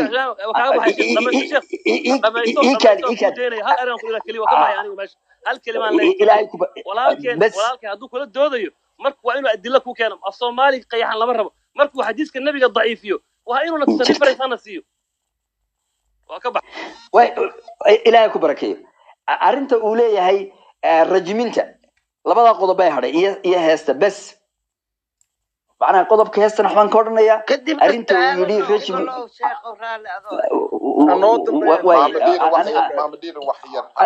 aniga kulay nimankaas maamulaya meesha ilaahay idin barakeeyo okay arrinta ku saabsan rajiminta salaada hadda aan tukano waxa la yiraahdaa xagga axaadiista waa aaxaad oo axaadiista nabiga salaada ka soo aroortay kiiba ilaa 10 saxaaba ka wariyay kadibna 10 taabici 10 kale taabici 10 macnaha axaadiista hadda salaada saan u tukanaa xagga laftiga inta la qoray ilaa kitaabkii la qoray baaba maartay ayaa lagu kaaftoomay xagga marka daahirka qasab maaha ahkaamta ku soo aroortay inay mutawaatir noqoto laakiin aaxaad saxiixa oo sanadkiiba ama 3 ama 4 ama 5 ama 6 ama 7 ama 8 ay ku jirto macnaha ayaa wariyay laakiin xagga macnaha waa mutawaatirul macna macnaheedu maxaa yeelay sidii nabiga loo arkay bay saxaabadu u aragtay taabiciintii u aragtay taabiciin ilaa hadda salaadii nabigeenu tukanaa up to now waxyaabaha mutawaatir macnaa waxaa ka mid ah rajmiga nebiga sala allahu alay wasalam saxaabadii oo dhan baa aragtay nin la yidhaahdo maacis baa nebiga u yimi sala allahu caleyh wasalam oo maaragtay intuu zinaystay guur soo maray yiri maaragtay nebi allow idahir markaasaa nebigu wuxuu dhaha bika junuun war naga tag war miyaad waalan tahay markaasuu ka jeestay 4 jeer oo kala duwan markaasuu yidhi maya rasuul allah isagii baa voluntarya isagii baa doonaya inuu ilaahay subxaana watacaala jannadiisa galo la dahiro markaasuu yidhi reerkoodii buu yeedhay war ninkaan miyaa waali ku ogeydeen war waali miyaa ku ogeydeen maya kumaanaan ogeyn sidii baa nebiga maartay lagu rajmiyey markaasaa markii iyadoo la rajminayo cararay nebigu wuxuu hallaa taraktumu war ninkani isagaa marka horeba qirtaye ilay markhaati kuma furine ma iska daysaan buu nebigu yidhi sala allahu caleyh wasalam lidaalika qofku qiraalkiisa markay xuduud noqoto hadduu qirto xataa waa ka laaban karaa fiqiga islaamka laanna diintu waxay ku dhisantahay nebigu wuxuu yihi qofkii qurunkan iyo xeerka ciqaabta islaamka ku dhacow falaa yubdi lanaa safxata hanoo muujin safxadaada isqari falyastatir bisitri illah war ilaahay baa ku asture isqari sharciga islaamku waa sidaa macnaha kooxaha xag jira ee doonaya dadka inay laayaan maartay ninbaa waxaa zinaystay oo ooyaya in la maartay ama sariqo ama zino ama wixii lamid a qofka in lagu soo oogo isagu inuu qirto mooyaane sharciga islaamku waxa weeyaan wuxuu maartay xaakimka haddii uu gaadho xuquuqda bulshada iyo diinta ilaalinaya maartay kama noqon karo laakiin bulshada inta kale inuu isqariyo iyo bulshadu inay qarisaabaa fiican ninkii la odhan jiray maacis sidii baa lagu rajmiyey wakadalika gabadh qaamidiya la idhaa ayaa nebiga u timi waxay tiri rasuul allah qofkan caloosheeda ku jira guurna waan soo maray waay maartay waa zino markaasaa rasuulku sala allahu alay wasalam wuxuu yidhi ilmaha markaad dhasho ee uu naaska aad ka dayso ii kaale weliba ayadaa qiranaysa maaha cid markhaati kumaaha ayadaa doonaysa waa voluntary ilmii bay soo nuujisay ilmiyoo 2 sano wata 2 sano jira oo gobol canjeera gacanta ku sita oo naaskii ka daysay ayay timi sidii baa maartay loo rajmiyey nebiga waxaa ku sugan sala allahu caleyh wasalam nin maxaan ku dhahdaa saxaabiya ayaa nin kale oo saxaabi wiil ka kaxaysta waa xadiista mutawaatir ilmacnaa ah seexankii sunankii macajiib misaanidana ku sugan markaasaa ninkii adhi buu raaci jiray ninka kale wiilkii yaraaye adhiga raaci jiray baa ninkii adhi raaca uu ahaa naagtiisa ka sinaystay wuu uhureeyey bog labadii nin baa isogaaday war inankaagan qawsaarka ii ah baa gabadhii iga uhureeyey aan ku qariye waa labadoodiiba ayaa wada hadlaya maxaan ku dhahdaa xoolo isi inankaagu isleeyahy waa lagaa dilayaa marka ninkan wuxuu isleeyahy wiilkaaga ayaa maartay xeerka ciqaabta maartay intuu nebiga gaadho baa lagu fulin way adhi buu siiyey tiro adhiya wuxuu ihi tirada adhigaana qaado wiilkaygana ha iga sheegin nabaday ninkii maxaan ku dhahdaa adhiga bixiyey baa culimadii saxaabadii waaweyneyd ila saxaabadu ragga qaar baa culimo aha culimadii waaweyneyd ayuu soo wareystay markaasaa waxaa la yidhi wiilkaagani horta isagu guurba ma soo marin rajmina shaqo kuba leh maartay 100 jeedal oo dhegeedood baa lagu dhufanaya gabadhan ninkan aad xoolaha siisay tirada adhiya xaaskiisa la rajminayaayo iyada guur soo martay nebigii buu yimi ninkii buu ma tegin rasuul allah taasaa dhacday xukunkii allaan doonaya ninkii kalaa loo yeedhay inankiina xoolihiina waa laga celiyo 100kii ninkii baa loo celiyey wiilkii yaraana jadeeral baa la dhacay gabadhiina waa la rajmiyey waayo maxaan ku dhahdaa dee uurkii iyo maxaan ku dhahdaa arrintii waxay noqotay arrin mashhuura oo ummadda dhexdeedii timi taasi waxa weeye waa rajmiga oo arrinta rajmiga qur'aankuna inuu leeyahay qur'aan maartay naasikh iyo mansuukh inuu ku jiro qur'aankan nasakhiisa si dadku uga faa'iideystaan ilaa alraaga isaga hawsha keenay waxa maartay aan doonayna dadku inay ka faa'iideystaan qur'aanka 4 baa loo qaybiyaa qur'aan inta uu soo degay la nasakhay gabi ahaanba tilaawadiisina la nasakhay oo aan cidi akhrin maanta xukunkiisina la nasakhay suuratul ahsaab baa kamid ah waxay leekan jirtay baqara ay leekan jirtay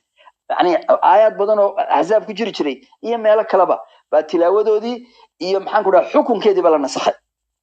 waxaa jirta mid la nasakhay maxaa la yiraahdaa maartay xukunkeedii tilaawadeedii ay baaqi tahay quraankii ku jirta oo maartay waxa jirta nabiga in la waajibiyay qof kasto u tagaya si dadka loo kala control inuu sadaqa bixiyo kadibna dadkii ay dhib ku noqotay oo ilaahay wataaba Allahu alaykum yani maartay ashfaqtum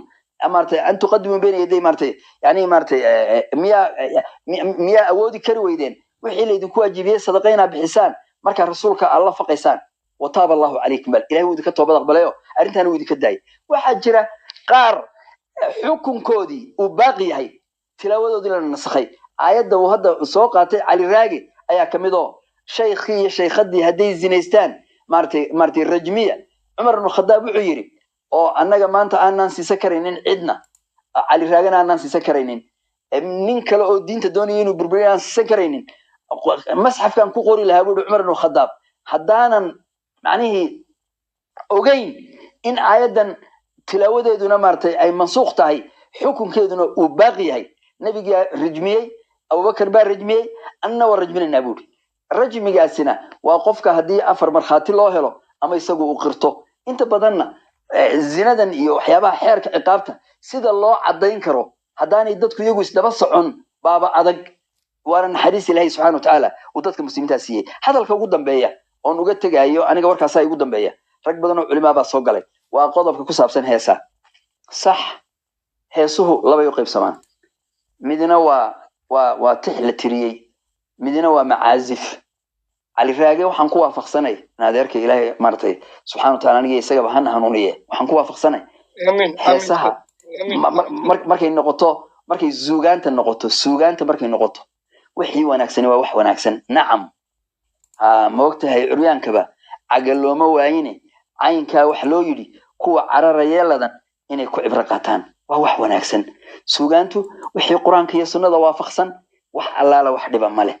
ama gabay ha noqdo ama guuro ha noqdo ama hees ha noqdo ama hablaheenu heesta ciyaaran ha noqdo ama hees hawleed ha noqdo ama ticiirta lagu lula ha noqdo ama tageela lagu kaxeeya ha noqdo ama taceelka geela laga waraabiya ha noqdo adabka iyo suugaanta reer waqooyi baanu ahay anigu gabaya baan ahay heesahana waa sameeya wax allaala wixii ku saabsan hees iyo gabay ee suugaan ah ee aan kitaabka iyo sunnada iyo dhaqankeenna suuban aan khilaafsanayn shaki kuma jiro inay bannaan tahay waxaa soo hadhay macaazifta iyo systemka reer galbeedka uu inoo keenay dakhiilka ah ee gabdhaha maxaan ku dhahdaa fanaaniinta maartay loogu magacaabay ee kaba cadda annaga xaggayga ka yimaadeen iyo talyaanigii labadaba gumaysigii la socdeen macnaha ummad dhaqankeedii iyo diinteedii la bedelayo aniga yani iima hoos gelin kartid dhaqan laga keenay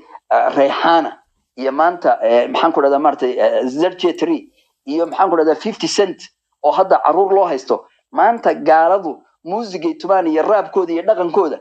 yani waa illuminati iska daa inay diin iyo dhaqan iyo kristaaneed iyo dadka maanta adduunka fasahaadiya ee shaydaanka caabudaa waa fanaaniinta adduunka ugu weyn marka qodobka laga hadlaya markay macaazifta iyo waxa la tumaayo iyo gabadh la soo qaawiyey oo faruuryaha soo qaawisatay oo timaha halka qadaadka ka jartay oo dhaqankii hooyadeed iyo kii aabaheed iyo kii xijaabka iyo kii islaamka iyo kii ni caadi ahaa intay ka tagtay meel cidlaa isa soo taagtay oo maxaan ku dhaha dhaqan kale iyo ummado kale oo baxdow ah oo aan dhaqan iyo diin iyo akhlaaq lahayn iyadu matalaysa inaad maanta tiraahdo quraanka iyo sunnadu ma reebine tana ina matalaysa qof waliba wuu og yahay inuu yahay hadal maxaan ku dhahdaa heesaha hadalkii xaq ahaa oo mid baadil aad hoosta kala rabto macaaziftana min ladun saxaaba ridwaanullahi calayhim nusuusta ku soo aroortay maartay marka quraanka la eego sax waad oran kartaa waa caam oo maartay wa min annaasi maartay ma yudilla maartay dadkii waxa kamid ah maxaan ku dhaha maartay waxa kamid ah maartay ayadii soo qabta suuratu maxaa la yiraahdaa suuratu luqmaan ku jirtay wa min annaasi man yashtari liyudilla can sabilillah laba qiraa ku sugan liyudilla iyo liyadilla waxa kamid ah dadkii qaar soo gadanaya lahwi alxadiis lahwi wax dadka diinta ka fogeynaya oo shaydaanka raacinaya lahwi alxadiis waxa la yiraahdaa quraanka meelo badan bay ku soo aroortay oo shaydaanka ayaa la yiri maxaan ku dhahdaa maartay ku kaxayso suuratu israa bayna ku jirtaa in shaydaanku uu lahwiga dadka iyo waxyaabaha aan xaq ahayn uu ku kaxaysto marka axaadiistana waa sugan tahay oo nabiga sallallahu alayhi wasallam imaam muslim waxa maartay saxiixiisa ku sugan inuu nabigu yiri saacadu kici mayso ilaa ummadaydu ay xalaashadaan xirada waxa la yiraahdaa farjiga go'aati islaantii gabayday maxaan ku dhahdaa odaygeedii bay waxba ka weydi markaasay waxay tiri irbuka saakinun war xubintaadii taranku way aamusantay bay tiri ka xirri sida maartay xubinteeda maartay ilaa ka dumarku uu aamusan yahay ka ragga kaca meesha waxa wax lagu helayay gabadha lagu gursanayna waa inta waxay tiri irbuka saakinun ka xirri bay tiri war irbigaagu uu aamusan yahay sida amba kaygu uu aamusan yahay walaa yajuusu iltiqaa'i saakinayn laba aamusan inay si maadaana ma banaana معناه النبي وحيد ساعدك كعميسو إلا أمضيدو أي حلاشته الحرة زينة فرجي حارانتها إلا أي حلاشدان ساعدك كعميسو وذكر كل ما أنت شري مكسيكو برلمان كودو وحو مارتي وحا ومارتي وفوتيي iyagoo rag weyn iskursaayeen naaguna iskursadaan iyo maartay guurkii in laga tagay oo dadku intaasoo ay samaysan karaan constitution-kooda shalay dawladii ugu horeysay 29 dawlad baa ragii dumarku inuu raguna gaarsi guursan karo dumarku maartay already maxaan ku dhahay hirgeliyay ragga kala hoos joogay Soomaaliduna waxaasay rabaan inay nagu faafiyaan in badan oo kamid ah waa yani wixii dhaqanka iyagu qaatay ma aha dadka muslimiinta ee akhlaaqda ee diintooda u doodaya shalay Mexico wuxuu baarlamaankoodu ansixiyay in ninka iyo naagtu meel badliga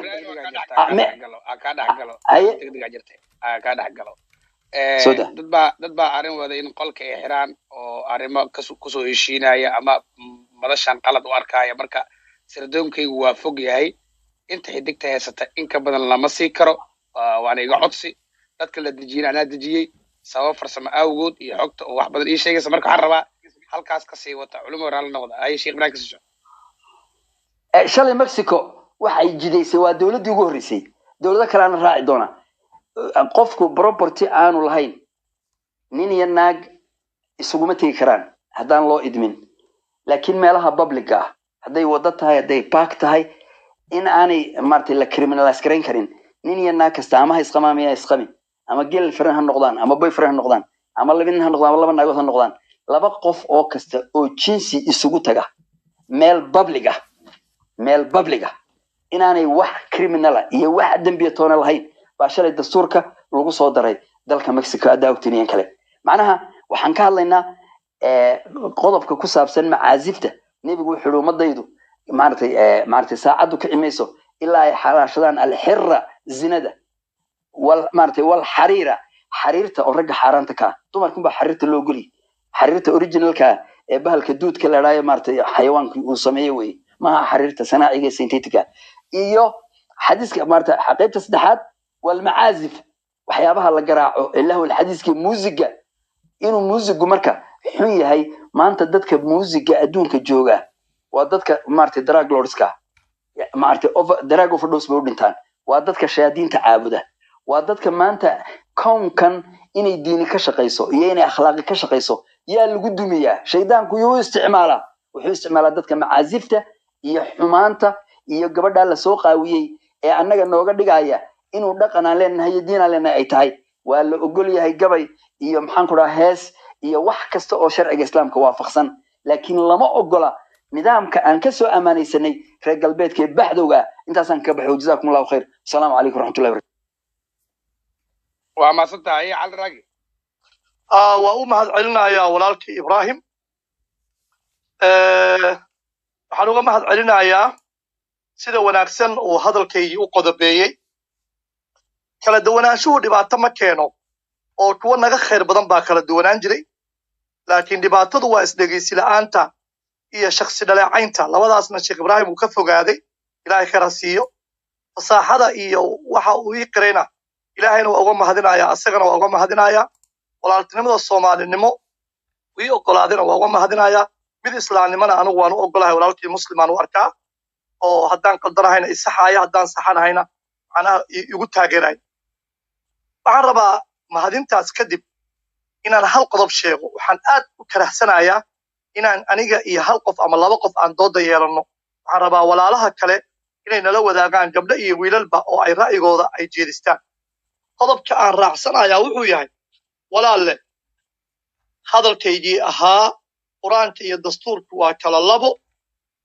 waa hadal anigoo fayow oo caaqil ah aan ku hadlay waana hadal aan mas'uul ka ahay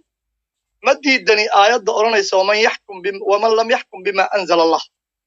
laakiin dhibaatadu waxay ka bima anzala allah saaka maba la isku haystaba bima anzala allah waa garanaynaa waa quraankii soo degay leylatul qadriga oo suuratu ay sheegtay inna anzal suuratu qadri ay sheegtay inna anzalnaahu oo mufradka ahaa waman lam yaxkum bima ruwiya baan ka cararaynaa anaga waxaa la wariyey baan ka cararaynaa wax aan quraanka sal ku lahayn baan ka cararaynaa ka carari mayno bima anzala midda labaad sababta aan u leeyahay quraanka iyo dastuurku waa kala labo walaalow quraan يعني الدين عيب إيو حديث فغين إيو الله كفرش إيو ولا لو من إجماعها وحقيقتها ولا ليال إن أقونت الله إبري وحي أن كأقان وإلى السحسن ولا لها أنو شيء يعني قف كاسي واسا من كاسي وحوني هاي أرنتاسي ما أنت مقد ميسو ما ضدت ما أنت عقل بيشين ويتوسين وحبي الذين يستمعون القول فيتبعون أحسنه بيضدك النقدين ما أنت ضدك وحلوغ الشبنجري ما أنت مجوغان ضدك هذا الكوي دقيستان كيسا وناكسن بين قراعة أطنقوم هذنا يا شيخ إبراهيم قلت عليا أنت بعقلومه وإني سيدو إريقاس حكمة أوليه هاي ومارتي وتلمامي سيدو وناكسن يعني أرنت معازفتا بار الله walaalkay inaa wax yar tahay walaalow aniga waxaan sheegay muusiga wax nas ah oo taxriimiyay inuusan quraanka alla ku ool xadiiska aad soo qaadatay walaalle oo aad tiri nabiga ayaa wuxuu yiri qiyaamaha waxa imaan doona waqti dadku ay xalaashadaan al-hirra wal-harira wal-maazif xadiiskaas wuxuu isugu jira waxyaalaha muharramaadka oo ku jira وقار قرآن كشيء هل قرآن كشيء أو زندا يلا عن قرآن كشيء أو حريرته يمعازبته حرب إنا كلا صار مد قوات شيء قرآن كشيء هذا الكمتاع تحريم الزنا هذا الكمتاع هل كان نودك وحنوصو هري الحرير والمعازف حريرته رجع أمبنانا دمركي أبنانتهاي نص قرآن أو أورنا يا مجرم نسكا حديثك أو غيبك أو نبي له وحى إيمان دونا بشيء هدو نسكا شيء يا مركب القرآن كان آدم هدايا ولا لها تمدا وحولها على مركب هلاي أف صومالي يوسنو شيء دليل هالنو شيء أنا دليل القرآن كان صنايع دليل كاس وحنقول الدين يا وحنقول الشيء يا ولا الكي مركب ليه حديث مال ضعيف فكرة ولا لو هدو الباني ضعيفي الباني إيجامنا نصب سنة ألنا إيجام الدواء أقونت سوء برتي بانو برتي وحنوا قرنيا ولي بانو أسجع وحنك جد وناهي مركو حديث ضعيفين أيو هبل باوري ركبة شيء بقول ضعيفية أنا حديث كا وحنقول ضعيفين يا آيات بخلاف حديث كهذا معازبته وحنقول ضعيفين يا إنه آياتها قرآن كخلاف فيها آياتها قرآن كا وحنون شيئين إنه سنهبيراته نبي محمد وح غيبة وسن أجين وح إيمان دونا إنه سنبي محمد إيه كريم لا يعلم الغيب إلا الله وحصوص عد الله كريا إنما الغيب لله جميعا غيب كذا جميعا الله إسكاله آيات با نبي وح الغيري قل وحاتر هذا لو كنت أعلم الغيب وحصوص عد هدان أجهي لاستكثرت من الخير وناجم بتصلها وما مثني يسوء وحولالك إبراهيم لا يعني ولا لو وحي أن مقل جرني هي حقيقة دبتا وكلا نبي محمد وحا قيامها دعاية كما هلكوا إلا وحا قرآن كوشيغي معه نبي وحا لغيري بلك ما أنزل إليك دك جارسي وحا قوسو دغي وبقول يطبني أفرتا واللحق صدح لبقل صدني أفر آيضا وي وحا قوسو دك جارسي نبي محمد قيامها وحا كدعاية موغا intaasoo nas baa cadaynaya axaadiista qaybiga ah nabigaa sidaa sheegay taasaa imaan doonta taasaa dhici doonta qur-aankay ka hor imaanaysaa haddaa aragtaan macalin cali raage oo xadiis daciifinaya wuxuu ku daciifinayaa khilaafuhu likitaabillaah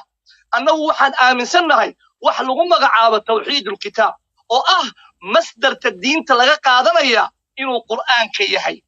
axaadiistuna ay ku ansaxayso inay qur'aanka waafaqdo تصالح إلهي مركو يري إن الحسنات يذهبن السيئات مسلمين توي وناجع سميسان حمانتو إذن كترا أيها النبي وحو يري وأتبع السيئة الحسنة تمحوها حديثك مركو شادو أما هوس وياها آيادا وقادرين حديثك هدو حكم خارجي وفرسو حديثك هدو حكم زائدة إيه أحكام خارجية إيه وحيالو كبحسن قرآنك نبي محمد وحو عدينا يوحي كسو دغي لتبين للناس تتوحادو عديسا ما نزل وحبا جيب كيس كلام إيمانين نبي قوال لغو عنانتي وحال لغيري ولو تقول علينا بعض الأقاويل لأخذنا منه باليمين ثم لقطعنا منه الوتين هدي وحانا أرنغا ورشيكون لها وحانا أشيغن هدو نغا شيغي لها لأخذنا منه باليمين وأصابت كانتي إن صحيح محمد لهين إلا هي صحيح البخاري وأصابت كانتي إن سنن محمد صلوات ربي وسلام على لهين سنن بيهق لهيو نبي محمد كتاب كاسو نوغتغي مركي لو يمد أبو بكرنا وجرنيسان حديث أبو بكر عنك وأولي حسبنا كتاب الله كتابك الله نغفرن وجرنيسان عمر إن لغير السنة النقر أو يري وصو استخاري سنية أو منبرك أو كيستاغي أو يري مثنات كمثنات بني إسرائيل ورموحا سميسانيسان مكان في يهود وكالتا يهود التوراة وحي كفر سميان تلمود ولكن إبراهيم وقرنيا دين تنوية قانا إلهي خرسي تلمود بكدنا سميان والروايات بكي سميان أو يري كتابك إلهي والله لا أشوب كتاب الله بشيء وحان شيخ إبراهيم أتل ماميا رسالة من أهل السنة وقري ولغم عابو تدوين السنة وحا قري محمد عجاج الخطيب وتاسيه دكتوراء وكقاتي وأن أزهري أو سني هدي هذا شيخ إبراهيم أو أخرسوه رسالة تدوين السنة إيهارتو صومري وحد أغانيسا هدي عمر وحرحري والروايات كبضان إيو وحي نبي كوري وكحري وحا أركي دونتا هيركي نبي الله محمد ويري وحان قرآن هيا لغا قرين وحا أركي دونتا سيدي السنة أي أهيد إن شيء قرآن توافقسن أو قرآن كأم الخاتي كعاية وسحياي وح الله وحا قرآن خلافة أو أحكام زائدة هي تشريع زائدة هي تحريم زائدة مثل الله ومن لم يحكم بما أنزل الله لا يسكبها يسكب وحال يسكبها يستا ومن يحكم بما روي قفتي وحي سودقين أو منزلة قو حكومة لا يسكبها يسكب وحال يسكبها يستا قفتي الروايات هي وح عن لهبين هي وح لوليي هي وح صحيح هي ضعيف فنقول كره قفتي ضدك قصبية أو كو قاليسينية أو ضدك كو قرحينية أو لتضباطي لو حور عينها اللي يبلن قاضي أو ضدك لينية قال يسكبها يستا قفتي ضدك تكفيرينية أو صوفية سلفية وقيبينية أو أمد ديفاين أن رول كسامينية قال يسكبها يستا سوماليني ما نولالكو نهي أيضا السوق يمد hadduu xataa sheekh ibraahim maanta iga duwan yahay wuxuu igu soo dhaweeyay Soomaalinimo iyo walaaltinimo taasana muhiim ah waana uga mahad celinaya walaalkay aqoontiisana keentay idinkoo dhanna waxaan idin leeyahay walaalayaalow aqliga wuxuu ilaahay noo siiyay inaan ku garanno waxa saxda ah iyo waxa qaladka ah albani baa yiri iyo calraaga yiri wax macna ma sameynayso waxay sameynaysaa shaygan silatuhu bi kitaabillah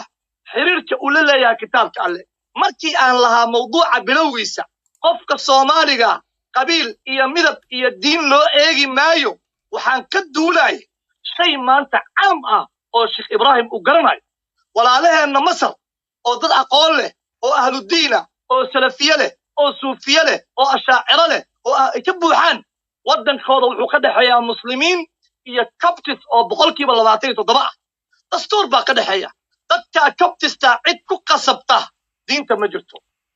qofka maaragtay diinta ka baxa oo bas oo masaariga ah cid dishaa ma jirto xukmi qatl oo kay bal azhar maanta waxay magacawday lajna lagu magacaabo mubarak kara walaalkay oo google garan kara lajnatu tahqiiq al-bukhari maadaama murankii batay bukhari in la tahqiijiyo waxa quraanka waafaqsan iyo waxa aan waafaqsanayn anigu marka maanta waxaan ka hadlayaa waxa weeye kitaabka ilaahay diinta ilaahay baa iska leh ilaahay iyo nabigu ma wada laha ala lillahi diinul khalis diinta ilaahay kaliya iska leh nabi maxamed waa gaarsiye uu soo gaarsiinayo waxa lagu yiri waxa lagu sheegay dadka u sheeg waxbaha ku darsan waxbaha ka jarin amaanadiibu gutay wama huwa ala al-ghayb bidanin wax alla kula faqay nabigu nagama qarin uu noo cadeeyay balagha al-amana adda al-amana wa balagha ar-risala wa nasaha al-umma وكشف الغمة وحودقتك أصغى وحول بعديي عد ما أنت أرانيس أنك الدين توحكو درينا مجرتو أفضل با كتابك الله إسر الله برينا أصغى إسرتكينا سنة النبي صلى الله عليه وسلم وحي قرآن توافقان قادرينا وحي خلاف سنة وحالنا رجي وريي أتالا نبي محمد أمتال رجي وريي أو قبين أبورتي أيغي أتالا وأنا واحد علماء قوق اللي إن إنتاسو حديث ضعيفيان waxaan qaloo walaalkay ka codsanayaa inuu baxsigiisa dib ugu laabto quraanku wax sanad la yiraahdo kuma iman haddii quraanku sanad ku iman lahaa saxiix iyo daciif u yeelan lahaa intiina meesha ku jirta 200 meesha ku jirta yaa maqlay ina cadayna yaa wariyay iqra yaa wariyay lama wariyo quraanku waa munazzal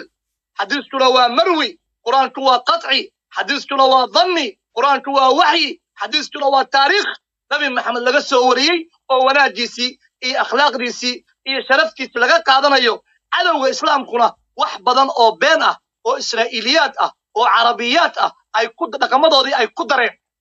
maanta maxaa qalifay culamaa sacuudiya inay dhahaan maxramku waajib maaha maxaa qalifay yaa lagu qasbay laguma qasbin waxkii bay sameeyeen waxay ogaad arrintaanu inay kaljar carbeed tahay ee aanay quraan ahayn naagta in la waardiyeeyo farjigeedana uusan sax ahayn walaalkii ibraahim wuxuu ka hadlayay cilmiga cusub oo maanta la ogaaday inuu quraanka la jaan qaadayo in la rabo tadbiir in quraanka lagu sameeyo ee cidna aan marti looga noqon ilaahay waxaan ka baryayaa madashaan walaaleen ay nagu marti qaadeen sidaan maanta ugu kulannay ilaahay xawdka nabiga ha nagu kulmiyo jannada ha nagu kulmiyo walaalo isu naseexeeya oo aan caytamin oo aan ishakhsi weerarin oo si academic aqoon leh sida walaalkii ibraahim u hadlayay isugu naseexeeya oo u wada hadla wajazaakum allahu khayran khayr allah siiyo kelmadda u dambaysa arrinta ku saabsan cali raage sunnada ma ogoli weligaba baan odhan buu mar labaad dadkii ku gebagabeeyey oo waxaad moodaa isagu inuu waxyiga kusoo koobayo qur'aanka oo qura dadka muslimiinta ah oo maanta 1.8 bilyanka ku dhow culimadooda iyo masaadirtooda iyo jaamacaadkooda iyo akademiyadooda marka laga reebo dadyo muslimiina oo hadda xadaaradda reer galbeedka doonaya inay sharciga islaamka